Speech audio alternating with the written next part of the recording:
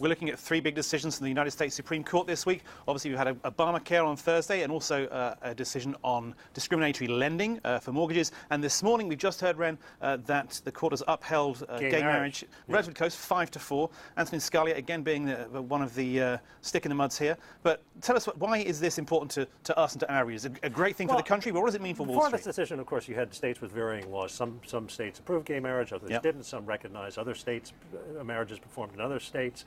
Others didn't. What a mess. Patchwork, a mess. And you know, it's interesting for employers generally, particularly Wall Street, this is a good decision. And that's because they can now offer generous benefits to employees who are part of a same-sex couple. Right. They don't have to go through, it's just cheaper for one thing. The administrative cost of having to deal with different state laws was just a nightmare.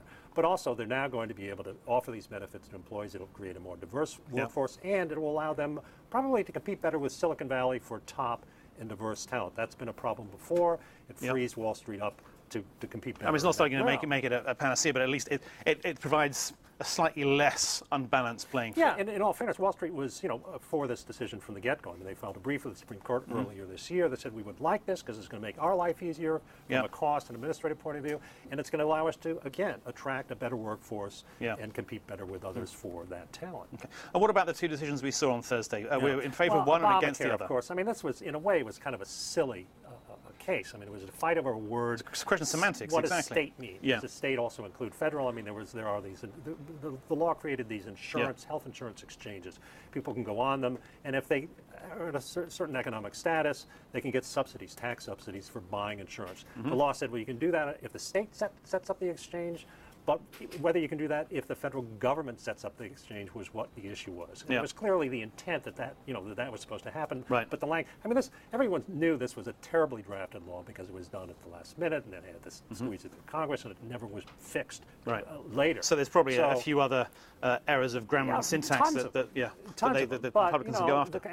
But the court said, look, we all know what the intent of this law was. It was to fix health markets, not to make them worse.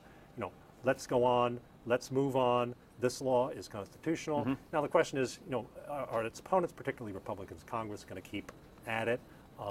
Undoubtedly they will. But there are probably more important things for them to deal with than trying to kill this law. And very quickly, the other one we care about is the discriminatory lending. The Fair Housing Act. I mean, that prohibits discrimination in housing, including home loans on the basis of gender, race, disability, etc. And the question was, well, if you find discrimination not because it's intentional, but because statistics show that certain groups are being disadvantaged in the loans you give, is that illegal? Most of the court said yes, it is. Unintentional discrimination is still illegal. The Supreme Court said you're right. It affirmed that. Banks. This puts banks in a tough position. Yeah, because financial discrimination is what risk is all about. Right. I mean, they have to determine the risk of their loans. So this makes it a bit riskier for banks, and they might have to be really careful about not just, even unintentionally coming up with discrepancies in certain neighborhoods for certain groups. So the chances are they'll just saying, okay, quota. We'll just have a quota. This was a problem back in the housing bubble in 2007. This makes things even worse for them. Okay. Thanks for talking us through those, Ren, and we'll be back with more breaking views next week.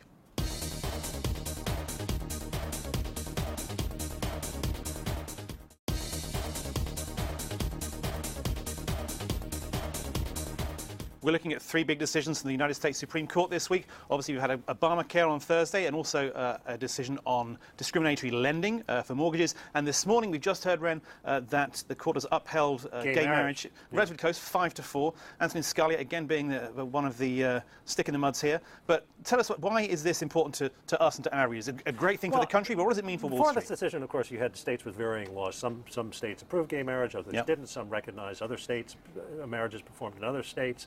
Others didn't. What a mess. Patchwork, a mess. And it's interesting for employers generally, particularly Wall Street, this is a good decision. And that's because they can now offer generous benefits to employees